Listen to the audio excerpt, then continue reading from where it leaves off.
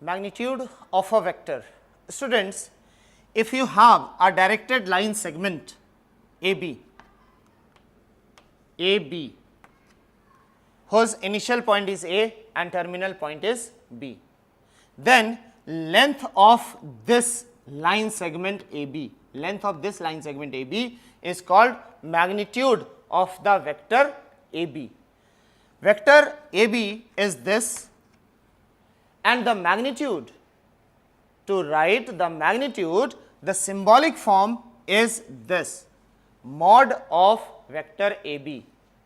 It is mod of vector AB, but read as magnitude of vector AB, and this is equal to length of the line segment AB. So, you can write simple AB with this line or simply AB. So, this is the magnitude of the vector AB.